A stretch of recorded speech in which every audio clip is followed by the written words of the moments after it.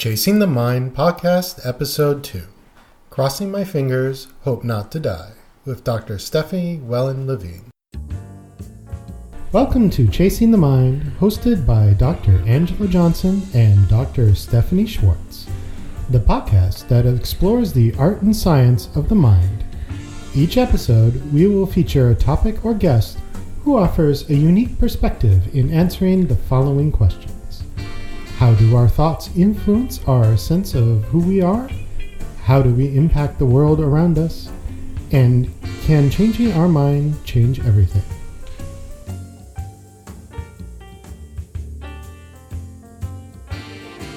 Today on Chasing the Mind, Dr. Angela and Dr. Stephanie will be speaking with Dr. Stephanie Wellen Levine, Tufts University professor and spiritual adventurer.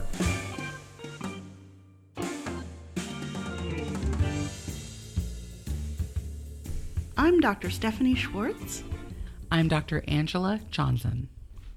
Stephanie Wellen Levine spent her childhood in suburban New Jersey, where she discovered her lifelong passions for writing and getting to know all kinds of people. After high school, Stephanie attended Brown University, followed by a PhD through Harvard's American Studies program. She transformed her dissertation into a popular book, Mystics, Mavericks, and Merrymakers, an intimate journey among Hasidic girls. This book won Moment Magazine's Emerging Writer Award for nonfiction and was chosen for the National Hadassah Book Club. Dr. Levine has spoken about her writing through TV and radio shows like Anderson Cooper, 360, and The Leonard Lopate Show. Many schools, including Harvard University, Brown University, and Wesleyan University, and many other interesting places. She always welcomes a chance to discuss her work with a new audience. Currently, Dr. Levine teaches at Tufts University, writes regular columns for 2 online magazines, The Wisdom Daily and Hevria, and works on her new book about her lifelong quest for insight into what might happen to our amazing selves and consciousness after we die. Welcome, Dr. Levine. Thank you. So, let's start at the beginning. What prompted your interest in life after death?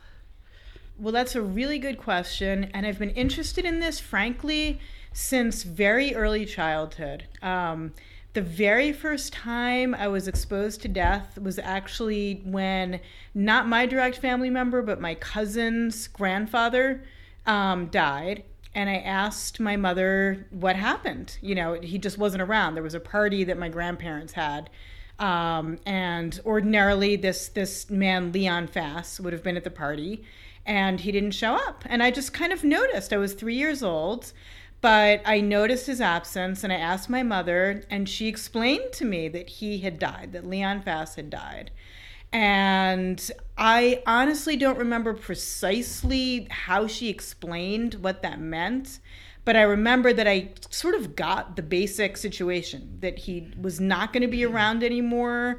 I even understood that his body still existed, but that somehow his brain or soul, or however my little kid's mind processed it, that, you know, there was some kind of separation there, that the body was not an active sort of conscious situation.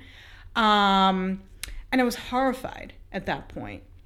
I didn't know what to make of the situation. My whole life kind of shifted, because I had always just sort of assumed, without even thinking about it, that my existence, my family's existence, the little friends I'd started to make's existence would go on forever. I mean, that was my default assumption. And then this sort of amazingly awful rock was thrown at that assumption. And, you know, I kind of had to ask myself what to do with that. At first, as a little kid, I really was not aware that there was any possibility of sort of existence or consciousness or any such thing after death. I kind of accepted the default kind of secular notion that a lot of people have, the typical sort of scientific model that when the brain goes, the self goes. Somehow, even in my little kid's mind, that's what I processed. And I was absolutely horrified, and I would go to bed at night trying to imagine what nothingness was like. And you mentioned in the book that you had discussed this with your Reform rabbi, and the answer you got wasn't particularly satisfying. That's exactly right. It wasn't satisfying at all. What I was told was that we live on through other people's memories. The people that knew you will remember you. To me, that is profoundly unsatisfying, because to me, the whole question really is consciousness, my consciousness, and by extension, your consciousness. So, let's say, God forbid, I were to drop dead tonight.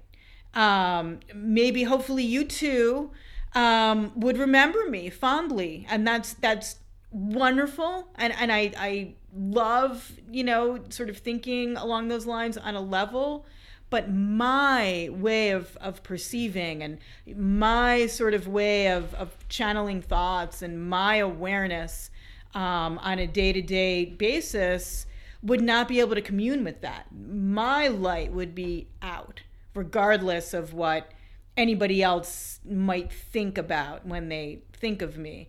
So on that level, the rabbi really didn't answer my question. It's interesting. I think most people, when pressed to think about their own demise, are not happy about the prospect. But what comes through so clear in the book that you write is how consuming this idea is for you, how ever present it feels like for you. Can you say more about that? Why it seems, or how you understand the fact that this is something you think about? It seems like all the time. Right. And it is interesting. I mean, I am just sort of always kind of newly amazed at how many people just don't think about it very much. I mean, obviously, anyone sort of, relatively normal cognitively beyond the age of, certainly, 6, 7, 8 is aware, and certainly, any functioning adult is aware that death is a thing.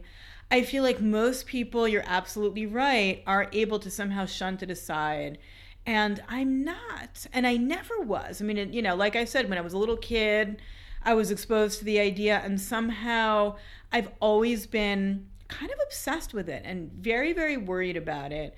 I think on one level, I am not very good at denial, very frankly. I mean, I remember once I was at the doctor, at my, sort of general practitioner, physician, and I was going off about, well, we better make sure, should we test this and should we test that? And, I feel like I might be at risk for X, Y, or Z, and we better make sure, to keep me as low risk as possible. And at one point he looked at me and he said, and I normally don't say this to patients. This is a very unusual thing.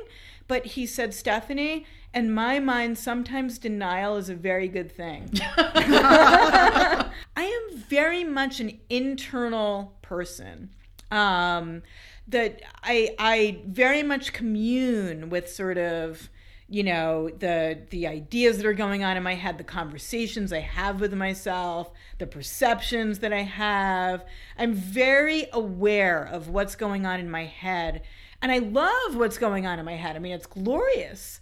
And, I think about that a lot. I don't take it for granted. And I guess I just really, really worry about the potential time when that light of consciousness might be extinguished.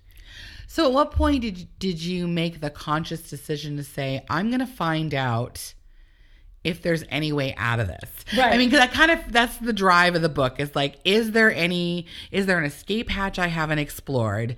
Let's go find it. So at what point did that sort of spark in you and you started on your adventures? The first time I really explored the question in depth was when I was in college. I made a friend who was a very, very strong Christian, an evangelical Christian. And he was a super bright guy. I mean, I write about him in the book. Very, very deep and much more sophisticated than I was, I think, intellectually. I mean, he was really reading, theoretical, type of stuff. And, very, very deep, complex thinker. So he wasn't somebody that I could brush aside as sort of an idiot. And it came out very soon that he was a very strong Christian and that he was actually a member of this group, Brown Christian Fellowship. That it was a group of sort of fundamentalist Christian students who came together, obviously sort of around sort of Christian issues and, that sort of thing.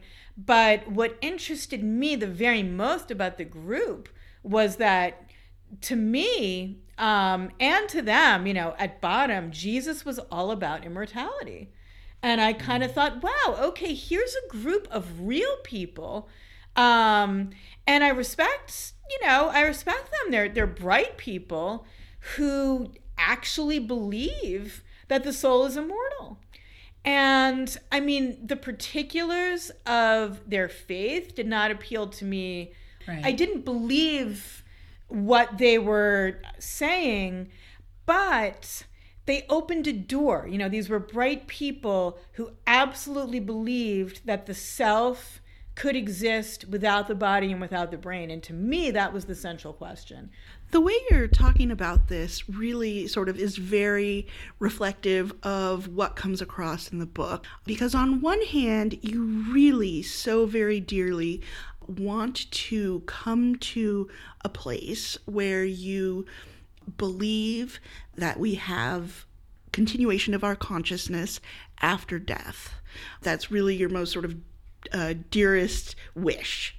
But at the same time, you're not really ready to accept easy answers, and you take a very sort of cognitive or evaluational kind of approach. You're not willing to accept anything just because it makes you feel better about death, and that comes across so clearly in the book, which is a lovely balance. You're absolutely right. I mean, I believe you used the word dearly. I mean, I dearly, dearly, and just with such passion want to believe. And yet, I mean, I truly want it to be true. I guess what it comes down to is I don't want to believe it if it's not actually true. It's interesting as you're talking about this, and just so people who are listening who haven't gotten to read the book yet, the first half of your book really focuses on the experiences that you've had in the world of exploring different things that you've just mentioned, like going to mediums, going to different kinds of religious groups, and trying to understand their perspective and really tap into what they know or understand about what might happen after we die. And the second part of the book is much more self-exploration of you imagining what might be. So kind of going back to the first half, can you highlight a couple that for you were really profound, that really stood out as being like, wow, this is not what I expected? One thing in particular, the first thing that just popped into my head was actually back in college, the same, sort of Christian friend that I had. One evening, I was kind of alone in my room, very depressed, kind of meditating on, wow, in the end, we're all alone, these kind of morbid, depressing thoughts. And I was feeling kind of lonely, and yet I really was averse to reaching out and calling anyone. I was sort of in a very odd state. And at one point, I had been, kind of influenced by these Christian friends. And at one point, I just kind of sat on my bed and I prayed, like with a real passion, that I would somehow, come to peace with my life. And in particular, that somebody might, kind of reach out to me. I was feeling very lonely right in that moment. And literally a second later, after that thought kind of passed my brain, that I really hoped that somebody might reach out to me, there was a loud knock on my door, and this friend of mine was there, and I had prayed, and it was sort of the first time I had ever prayed. I Another thing that was kind of interesting was I spent a little over a week actually in this place, Lilydale, New York, which is a home for mediums. I believe in order to own property there, you have to be a spiritualist medium, so it's a pretty unusual place. This one medium in particular, it was such an eerie experience. She was kind of talking to me, and she was seeing various things that did resonate, but nothing super specific or anything like that. But she seemed, like potentially the real deal. I mean, I was much more open to her than to some of the others.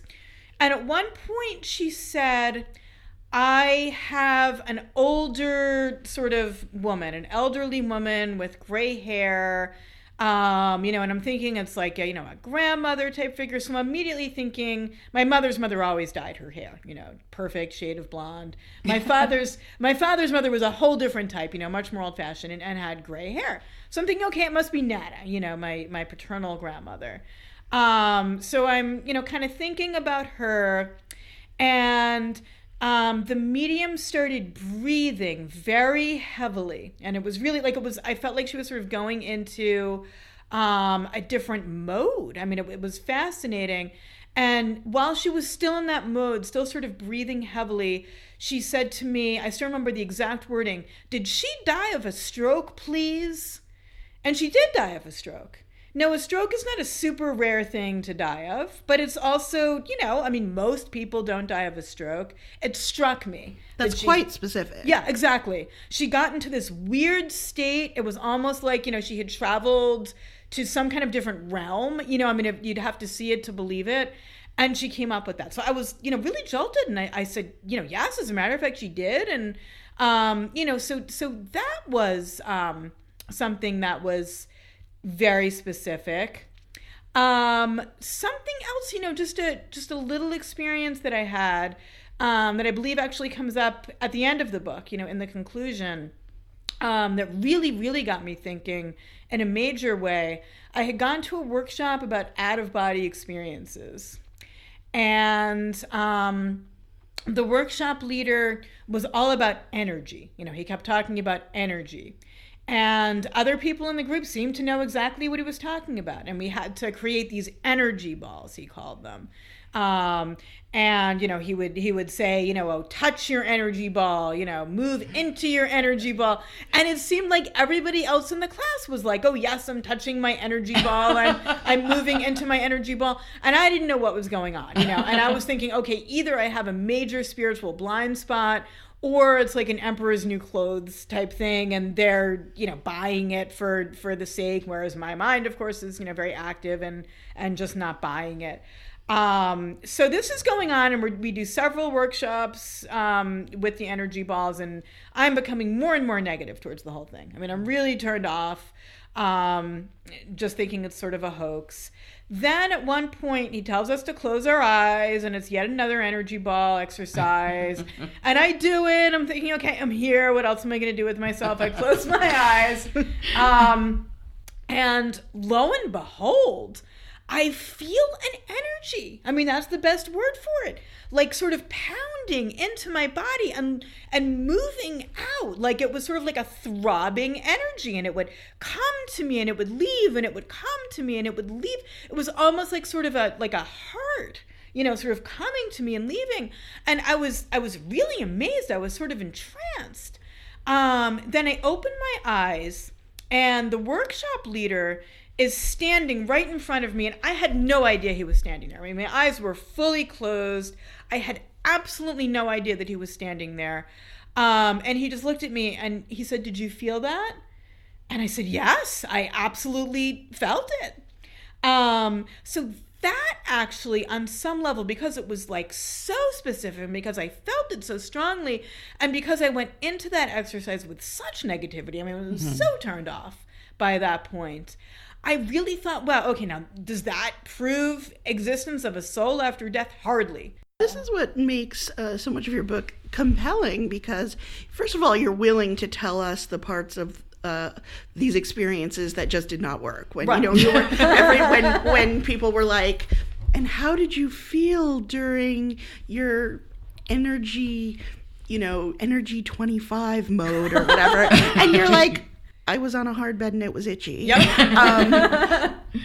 And yet you also have these experiences that are quite compelling. And one for me that was quite compelling was the one where you had to draw names out of a hat. Yes. That one really sort of spoke to me. Yes. So maybe you could say a few words about that. Absolutely. It's funny. I'm like shocked at myself that I didn't think of that right away, because that was extremely compelling. So I was actually in Phoenix, Arizona at a workshop all about sort of afterlife issues. So there were all kinds of, professionals, and they certainly were professionals in the sense that they were paid speakers and, paid mediums and whatever in the afterlife field. I mean, there are such people. So they gathered together a whole bunch of people, and a whole bunch of people like me, audience members. This one workshop involved, it was really, really interesting, this attempt to use our imaginations, actually, to tap into real people's, like real deceased people. And that might sound completely counterintuitive, but sort of the theory behind the workshop was that imagination, what feels like imagination, and in fact what is imagination, sometimes, sort of brings you to purely fictional realms. You sit and you imagine a story or whatever, but sometimes you can feel like you're kind of creating a story, but actually the story is somehow real. So what happened was, a hat was passed around, and we each were supposed to take a name out of a hat. And who placed the names in the hat? The workshop leader, who's I'm like, I can't think of his name, but that's fine. But who were these names from? So they were from, good question. The names were from the people in the class. So everybody, myself included, everybody wrote down. I wrote down the name of my grandfather, Abraham Wellen. So each person in the class wrote down the name of a deceased person. Who they were hoping maybe somebody else in the class, could commune with. So it was really interesting. The names were placed in the hat, and before I even drew my name, I got this image of like a showman, like a child showman, all dressed up like in a bow tie, kind of dancing around on stage. I literally had not even drawn my name out of the hat yet. So I draw my name out of the hat, and it's this certain name, and I'm already like, my mind, even before I see the name, my mind is like super active. And by the way, I am not a very visual person, so just the mere fact that I was getting this strong image, first of sort of a child showman, then I saw him older, as an adult, and I learned, a lot of specific facts about him, that he loved being outside, that he loved music, that he was very frenetically active, and that was, kind of a problem for him. He had difficulty kind of, containing his energy. As a child, he was, adorable as a showman. This was sort of the tale I was getting. But as an adult, he really ran into some trouble. I got the fact that this man's Christmas, I saw him sort of moving from sort of boyhood to manhood, sort of into middle age. I got the fact that this man's last Christmas was very, very important to him. And that was interesting because he had a name that was sort of very Jewish sounding. And yet, I went with it, though. I thought, oh, that's interesting. His last Christmas was so important. But okay, that was the information that I was given. So some really, specific kinds of things. Then I got together, this was sort of the point of the exercise. Then after you do this, you get together with the student in the class who would put the name that you had picked in the hat. And so I got together with this woman, and she was astounded. She said, yes, he was my boyfriend. She was, his girlfriend. He was, in fact, a child showman. One fact that I'll just mention now because it was super powerful. I had envisioned him hugging his mother several times. That was very important, it seemingly to me in my mental imagery. When I told her that, she was like amazed. She said, wow, he was accused of killing his mother.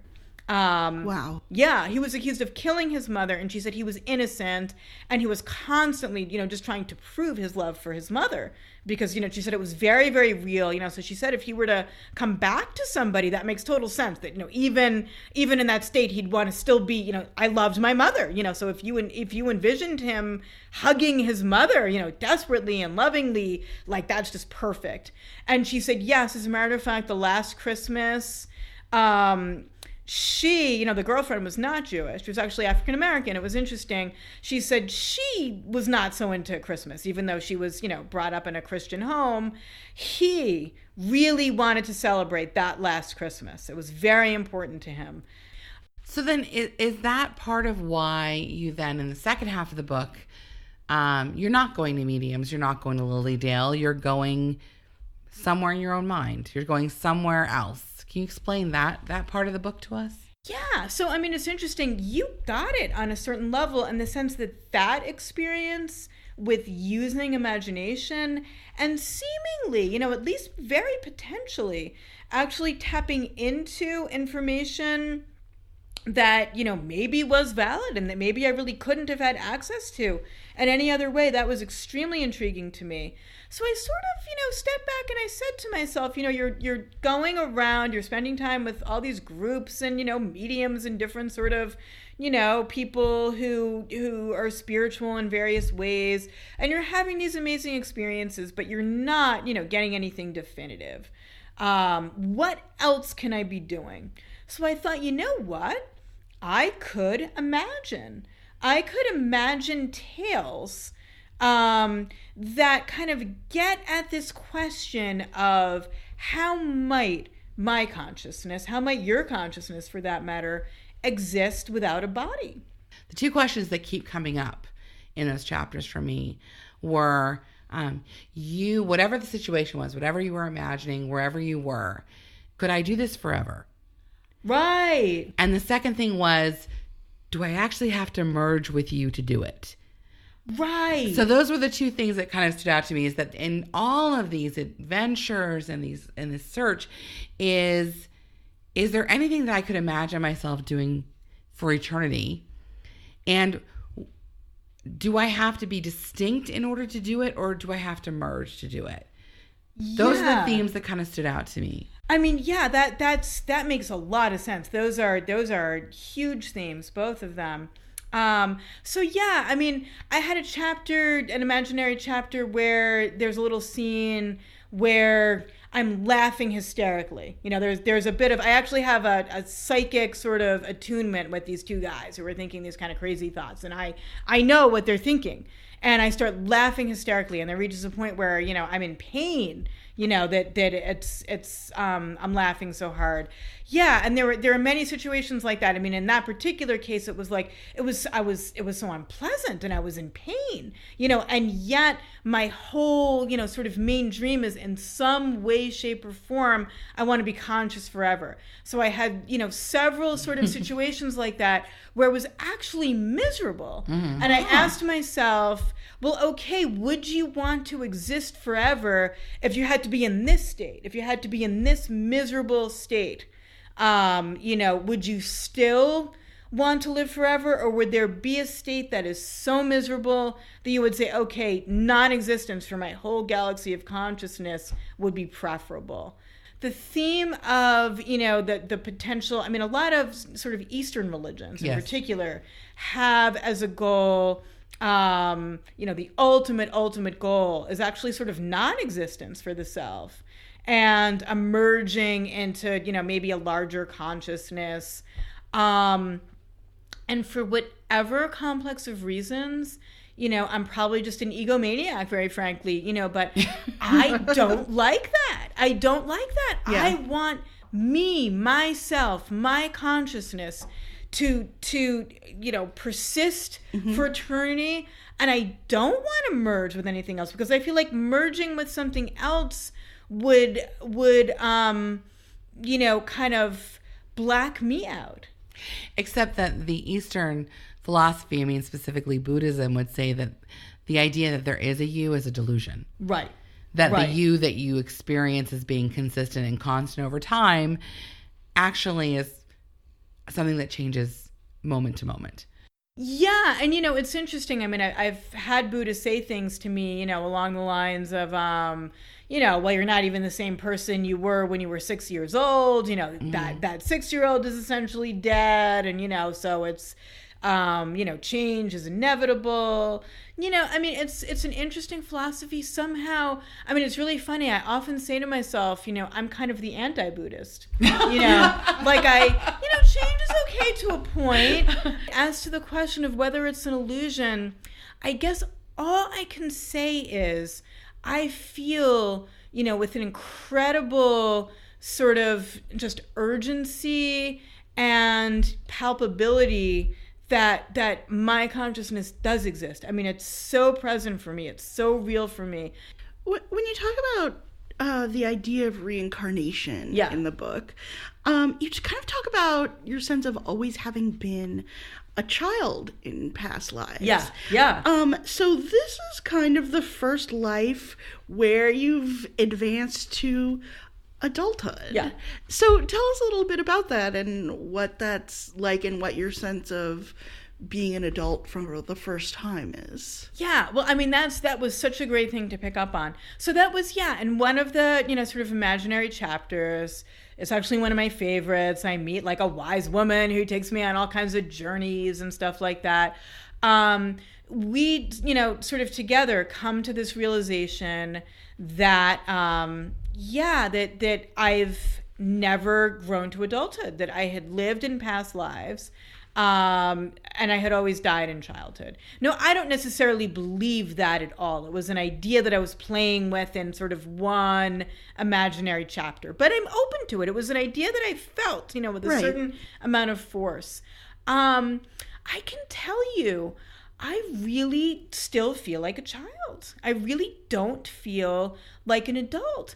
I really resist, being, whatever age I am. I mean, I think I started feeling that way. I feel like probably when I graduated from college, sort of like through that point, it was like, okay. And, I was perfectly happy to say, okay, I'm a sophomore in college, or, sort of at that point, I'm graduating from college.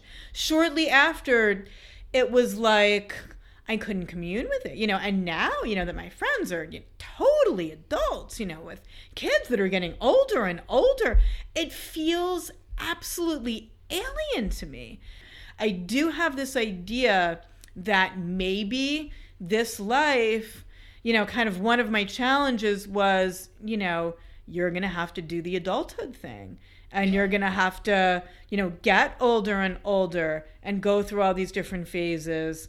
And, and I tremendously hope that this does happen because I'm so afraid of death, right? I don't want to die young, Right. And then I will have to sort of go through the life cycle and be like an elderly person knowing that, it couldn't be that much longer and like facing that, outright. I don't know how I'm going to do it, but that's, to me, that would be the hardest aspect of adulthood. So what is your perfect afterlife or immortality? So, okay, first of all, obviously, as I said earlier, my consciousness completely discrete, not merging with anything else. That does not mean, on the other hand, that I, wouldn't be learning and growing from other consciousnesses. That would also be very important. I would love to get rid of, sort of like the stress and competition and stuff that goes on in this dimension. I would love to think that there's kind of a dimension that transcends that. I am in some ways like a very, sensual of this earth kind of person. I mean, I love food, that comes through. Right. So, I would love in some way to have access to that kind of pleasure. Now, it may be entirely different, and I'm honestly not sure. Like, I go back and forth. Would my ideal afterlife state have, like, bodies, you know, similar to our bodies that we have now? And, you know, would my body be, you know, kind of smiling at, you know, your two bodies like we're kind of doing? Or would it be something else? Would it be more like a beam of consciousness somehow being aware, you know, on a different plane? I go back and forth with that. But the type of pleasure that you get, like from food, let's say, is something that I would love to have in some way. Now, maybe it would be awesome if it were intensified way beyond what we could ever imagine here in this existence. I mean, that would be awesome. Maybe we should have entitled this podcast "Heaven Has Awesome Snacks." Yeah. that could be good. That could be a good title for something. Well, one of the things we haven't talked about is how the people around you see this. Yeah. How does your family, your friends, I mean, this is obviously a very key part of who you are. You write about it. What do they say? Okay, so pretty much the, very common reaction among both family and friends is that people feel really bad, that I'm so worried about this, that I'm, very consumed about this, and I get advice, from all kinds of people, that you should really stop thinking about it so much. And, so that's interesting, and I completely understand that. I mean, I think that's really coming from, a place of love and caring, and it really makes sense. I guess what it's missing is that, as horrible as it is to, be so focused and be so afraid, it's also a great adventure, to be. I mean, I feel like if in fact my greatest hope is valid and we do survive the deaths of our bodies, that would be the greatest adventure ever. I mean, it would be greater than, just imagine, the most amazing physical place. You could get on a plane and you could, never imagine the terrain or the kinds of people. I mean, that would be amazing, amazing, amazing. But to actually, transcend death and to exist in a way that goes beyond these bodies as we know them, that would be an adventure above and beyond. So to me, on a certain level, it's glorious, to ask myself, what might come next? Is this all there is? Or is there more? Will we be getting, some wondrous possibility, at some point? So that's maybe what some people are missing. They're missing that it's not all bad, that some of it is just, fabulous, to kind of push my mind in those directions. So, at the end of the day, cards on the table, you've done a ton of research and exploration into this topic. If you had to bet your life, what happens after we die? That is so well put. That was because if you were to ask, what do you think? Then I could be like, well, I certainly hope, whatever. Right, but to bet my life, in other words, if I'm wrong, I die. Yeah. Jeez, wow. Okay, it's funny. I think at different moments I could go in different directions. But it's interesting. You asked that question. I kind of thought about it. I breathed in. And I pictured some of the cool experiences that I had. Like with Bruce Moon, the guy who led the workshop with where he picked names out of the hat, and I envisioned, just thought of his name now. That was pretty amazing. The energy balls, that was pretty amazing. I've had other experiences where I thought, in particular, it's interesting, I thought I was communing with my father's mother. Now, she was not the grandparent I was closest to, It was actually sort of in some ways closer to my mother's parents. And yet I've had these really odd experiences with my father's mother. Right now, I'm going to go with the optimism and say I think there is something. But the question terrifies me. Right. This has been an absolutely fascinating conversation, and I just want to thank you for coming and talking about this. Thank you so much. We've really enjoyed having you. Yeah, and I want to thank you because you asked the greatest questions. I mean, I could tell that you really communed with the book and with my whole thought process, and I mean, you asked spun-on, fantastic questions, and I had an amazing time. Thank you for listening to Chasing the Mind. Today's episode featured music from purpleplanet.com. Please visit our website at chasingthemind.com, where you can find out more information about Dr. Stephanie Wellen Levine, and where you will find links to her books. You can also sign up for the Chasing the Mind newsletter, where you can get information on upcoming guests and special broadcasts.